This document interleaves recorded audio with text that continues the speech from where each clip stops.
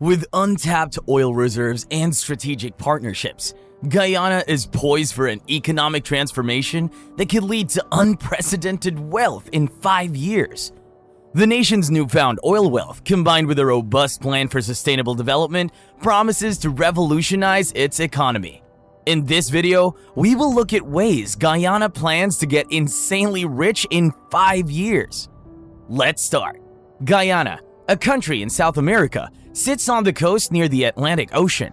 It has a lot of thick rainforests. The country's culture is closely linked to the Caribbean area.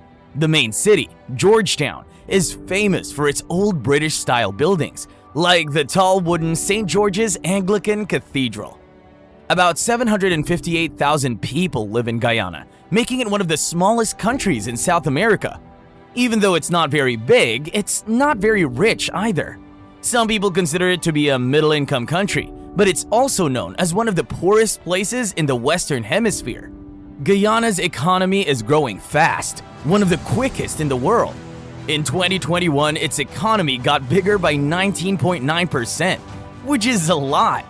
In 2023, the average amount of money each person makes in the country per capita gross domestic product was around 60,648 INT.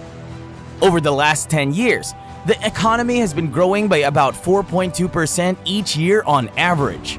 The economy in Guyana changed a lot in 2015 when they found oil under the sea, not too far from the capital city, Georgetown.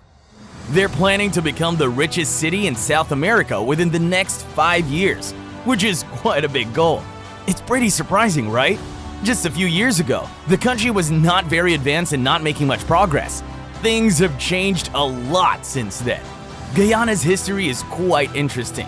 Different countries like the Dutch, French, and British ruled over it in the past. It officially became a British colony in 1831 and finally got its independence in 1966. But after that, there were tensions between the African and Indian groups living there. These differences in culture caused problems like political instability and corruption.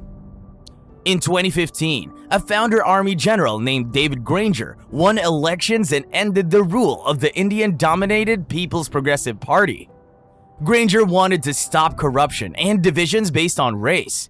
He created a group called the Afro-Guyanese Partnership for National Unity and the Alliance for Change, which included people from different backgrounds to work together and improve the situation. But why was Guyana so poor? Guyana used to be one of the poorest countries in South America, with people earning around $4,000 per year on average. Sadly, many young people couldn't find jobs. Their unemployment rate was over 30%, and it's now estimated to be even higher, close to 40%. After becoming independent, the country struggled to build a strong economy and stable governance. Other countries had too much influence and control over Guyana's resources and economy. Employing a socialist approach to reduce foreign dominance and manage the economy with socialist policies didn't give the desired improvements. There was a drop in commodity prices of sugarcane and minerals and etc., affecting their income. This led to a decline in production and ultimately increased the country's international debt. But in the 1990s, Guyana began a plan to sell off government-owned businesses and reduce how much control the government had.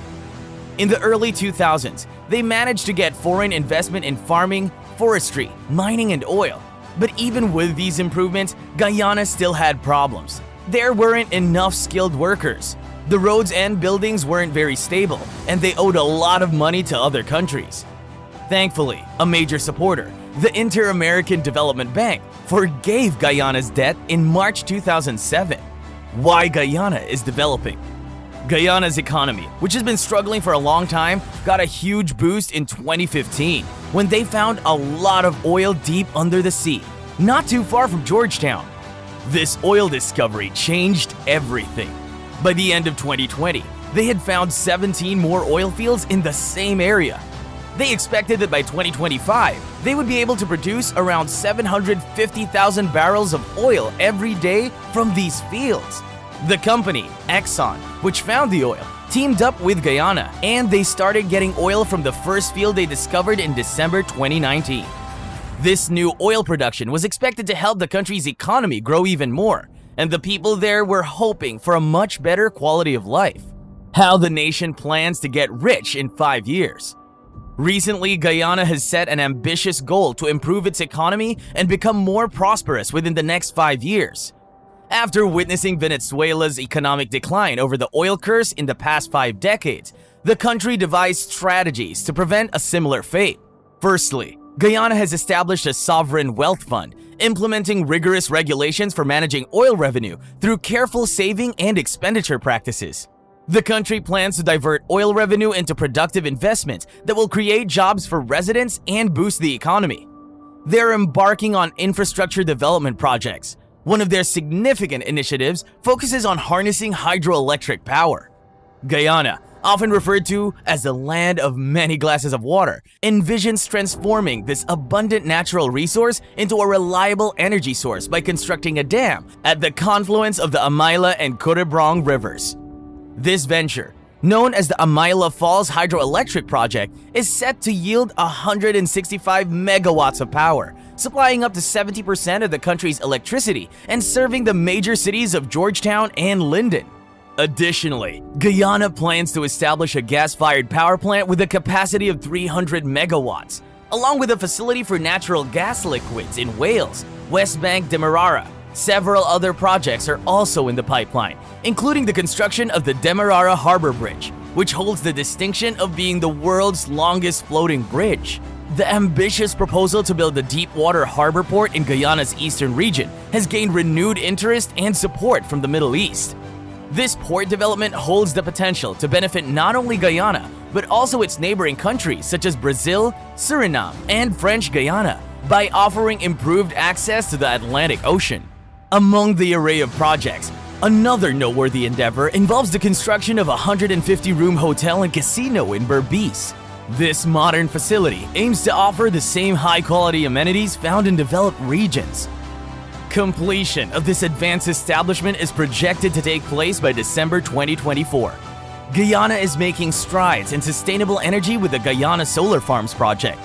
This initiative seeks to steer economic growth away from fossil fuels for electricity, instead focusing on developing low-carbon energy resources to meet growing energy needs while keeping emissions in check. The expansion of the Guyana-Ogle International Airport is in progress to meet international standards. As one of the Caribbean's busiest airports, Ogle's terminal and runway are set to undergo significant expansion to accommodate the expected surge in traffic, particularly due to the flourishing oil and gas sector. An artificial island project is also taking shape in Guyana. This artificial island, situated at Plantation Best Foreshore in West Bank Demerara, is gradually being connected to the mainland via a road. The first phase of this undertaking is anticipated to be completed by the end of 2023. Once fully developed, this island will cover approximately 44 acres and will be linked to Vreden Hoop on the west bank of Demerara. This venture is part of a larger effort to reclaim land and create a shore-based facility, contributing to the overall development of the region. Guyana's service economy is focusing on call centers and IT specialization. It has emerged as a popular destination for outsourcing call centers and business process outsourcing, especially for American companies seeking cost-effective locations. Several other significant plans are in progress to bring about positive changes. One such plan involves making education accessible to all without any fees. This means that more people, regardless of their financial background, will have the opportunity to gain knowledge and skills to improve their lives. Another critical aspect being addressed is the overhaul of the healthcare system. This involves reevaluating and enhancing healthcare services, facilities, and accessibility to ensure that citizens receive better medical care and attention when needed. The improvement of infrastructure is also a priority. The development of sprawling road networks aims to connect different parts of the country more efficiently. These well-constructed roads will not only make travel smoother, but also stimulate economic growth by facilitating the movement of goods and people. What do you think? Let us know in the comment section below, and don't forget to like and subscribe to our channel for more updates on more mega projects. Thanks for watching.